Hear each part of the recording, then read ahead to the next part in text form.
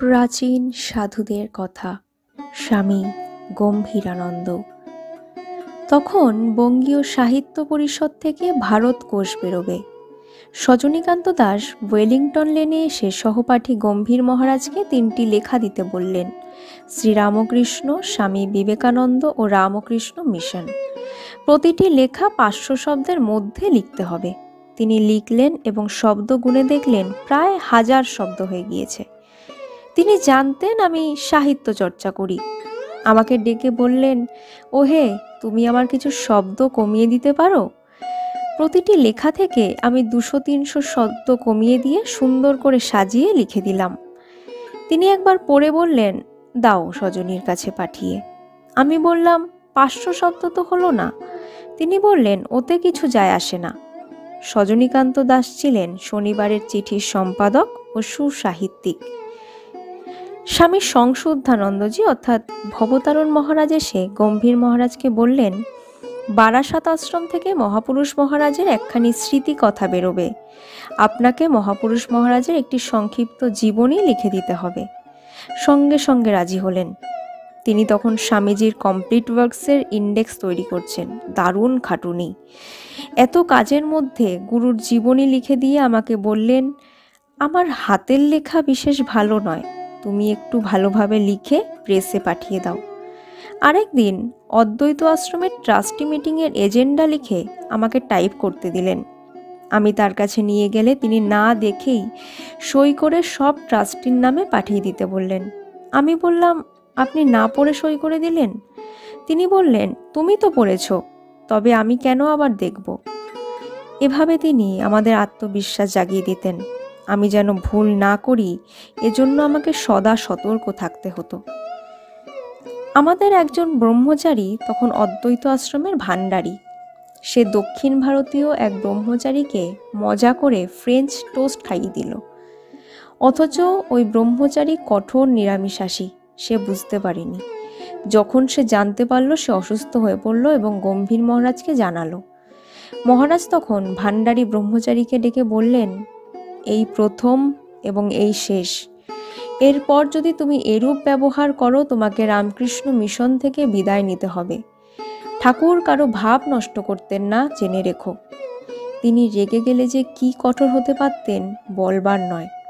আরেকদিন সন্ধ্যাবেলায় এক ব্রহ্মচারী ও এক সাধু ক্যারাম খেলছিল। তিনি নিচ থেকে সোজা ওপরে উঠে এসে বললেন, এখন সন্ধ্যাবেলা, জপ ধ্যান করতে যাও। এমন দৃপ্ত কণ্ঠে বললেন যে সবাই ভয় পেল।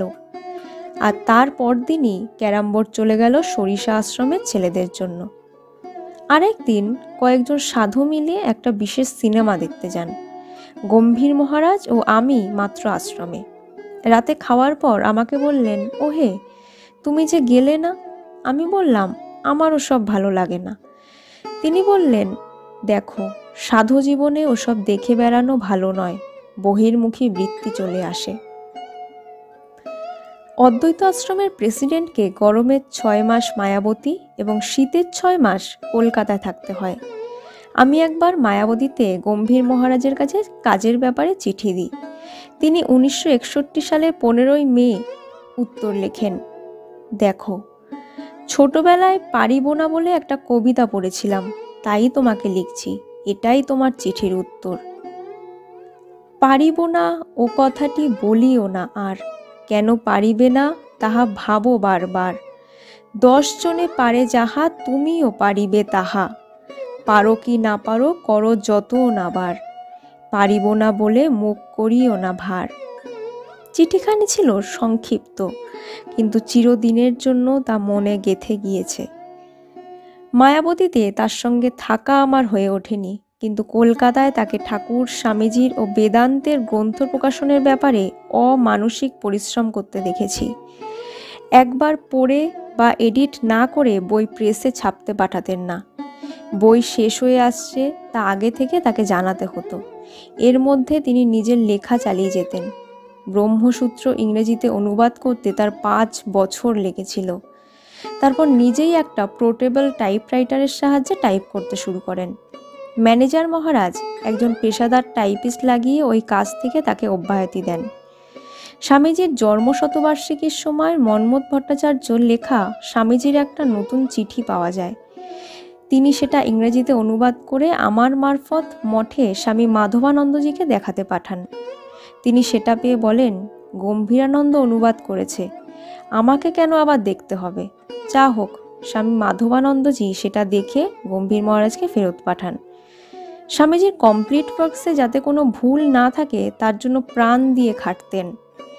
মেরি লুইসবার্গের নিউ ডিসকভারিজ থেকে যেভাবে চয়ন করে স্বামীজির কমপ্লিট ওয়ার্কসের তথ্য সংযোজন করেছেন সেটা তার দারুণ বিচক্ষণতার পরিচয়।